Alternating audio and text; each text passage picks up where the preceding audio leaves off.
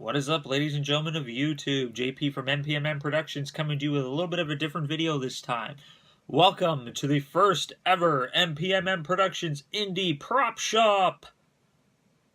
So anyway, those of you guys who know me know that I've been involved in the theater community in Winnipeg for the past 20 or so years. I've done everything from writing my own shows, directing, producing, starring, but more often than not, I'm actually building a lot of the sets and props. It's been a huge hobby of mine for the past while, so I figured I would share with you guys some of my love for that. So, online you'll see a ton of DIY prop videos. They're all really cool to watch. I enjoy watching all of them. So I figured I'm going to throw my own out there. So I figured I was going to start with something really simple for my very first build for you guys. We're going to go with Bob-Omb from Super Mario Brothers games. Now looking at him, it's pretty standard design. Round, black, nothing too crazy. I'm not obviously going to build a real explosive, so I figure we'll go with something really simple. Styrofoam, stucco, paint. We'll carve out the feet, put some doweling on there, carve out the parts, give it a nice paint job, and it should look pretty good. So I will see you guys in the workshop. Alright, so we got a couple items for the project. Picked up at the hardware store, nothing really too crazy or special. So for starters, we're going to use a good old styrofoam ball. The cost of this is about $7. And we also picked up a little bit of spackle, about $3 on that guy there. We only picked up the spackle mainly because styrofoam is a very porous material, as you guys might know about that, so painting it is going to be a little bit tricky. So putting spackle on all over it will essentially seal in the styrofoam, making it a lot easier to paint. So we're going to start with that and get things going.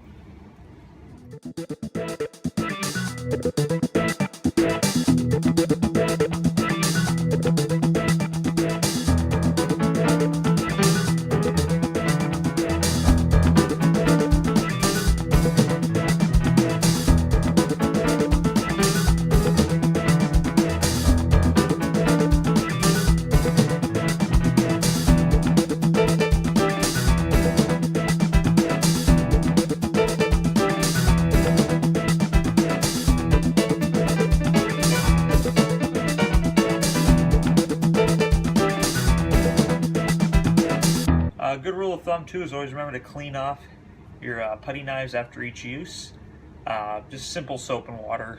You don't want to let that dry on there because otherwise it's going to be a pain in the butt to clean in future, and you're not also going to get a smooth surface to work with. So rule of thumb, clean up after every use. So alright, so we got it all spackled up, good to go. So what we're going to do now is just let it sit and dry, and then we're going to reapply any spackle on the spots that we missed, and then we're going to give it a quick sand, and then it's going to be time for painting and starting on the other parts of the project. So alright, all the spackle has dried, so what we're going to take now is a good old piece of sandpaper, smooth it down to make sure it's all nice and good to go, and then we'll reapply any spackle up on the spots that needs reapplication. I can already tell just by looking at it that we did miss a couple spots, but yeah, we're going to sand it down, and then we'll put another coat on. Boom.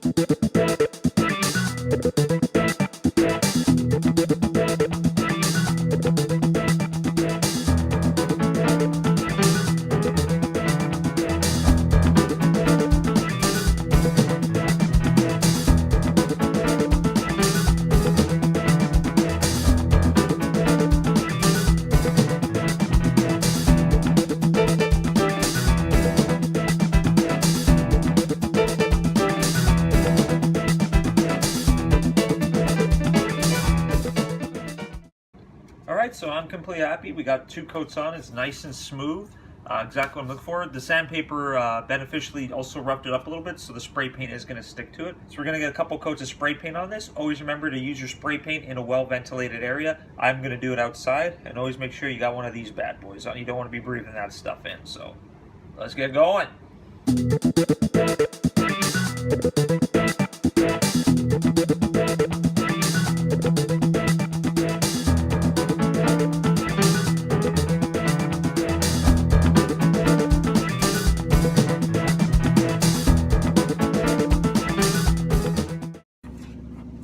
Alright, so the body's dry, ready to go. So next thing we're going to work on is the feet. I'm going to go with standard styrofoam. You can pretty much get this anywhere in the world for free. Anything you order is going to have styrofoam in it. You can go to any store and get it. So what I'm going to do is I'm essentially going to cut it to the shapes that we need using my trusty electrical carving knife. These are really great for prop making, especially when working with styrofoam or regular foam. It's not overly sharp, but you can get into a lot of great shapes. And of course, we're going to finish it off with the Dremel hand tool. So yeah, we're going to get that, smooth it all out, and put a couple coats of paint on it, and the feet and legs should be good to go. So essentially the shape I'm going to go with, I'm actually going to go with a roll of tape. It kind of does look like a foot, so I'm going to use this as my stencil. I'm going to trace this pattern on there and cut around it, and then glue it all together and round it out. So it should look pretty snazzy after that. Woo! Prop making!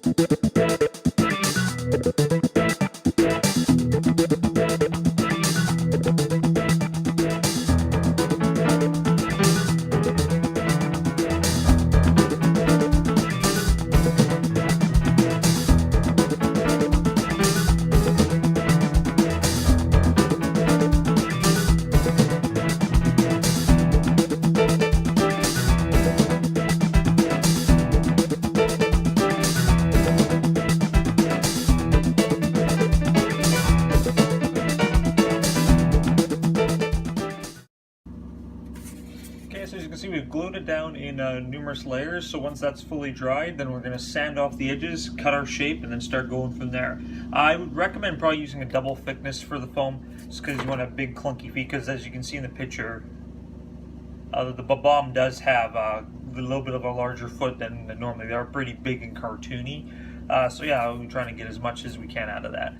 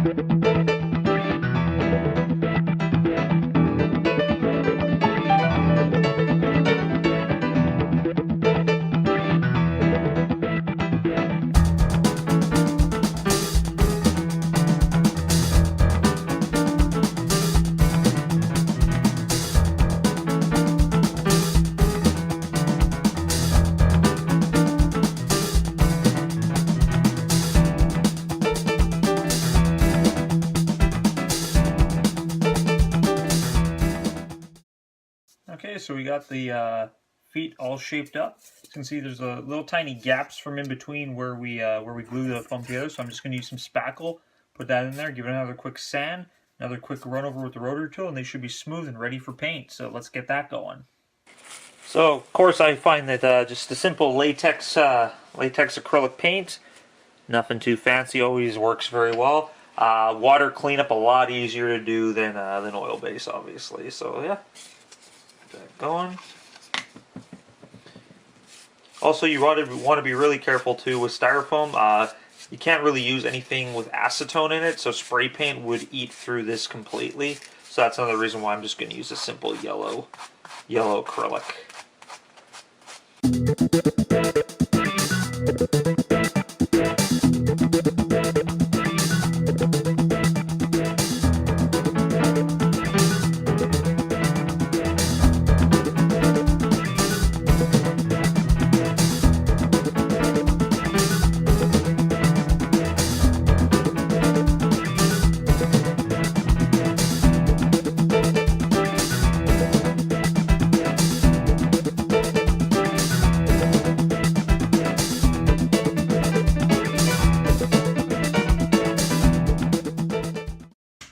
So as all you guys know, On the back of the Bob-Omb, there is a turn-up wind-up key like in pretty much any wind-up toy.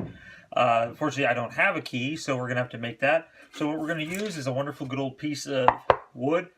Cost of wood's pretty cheap. I got tons of this just in my garage, so this was technically free.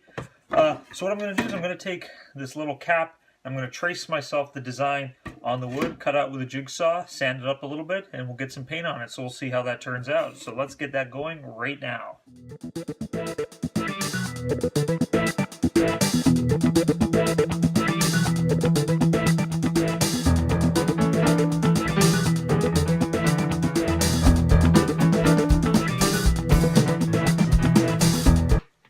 So what we're going to do is we're going to put it in the vise, plug in the jigsaw. Always remember, guys, safety first. Don't put your hands anywhere near the blade.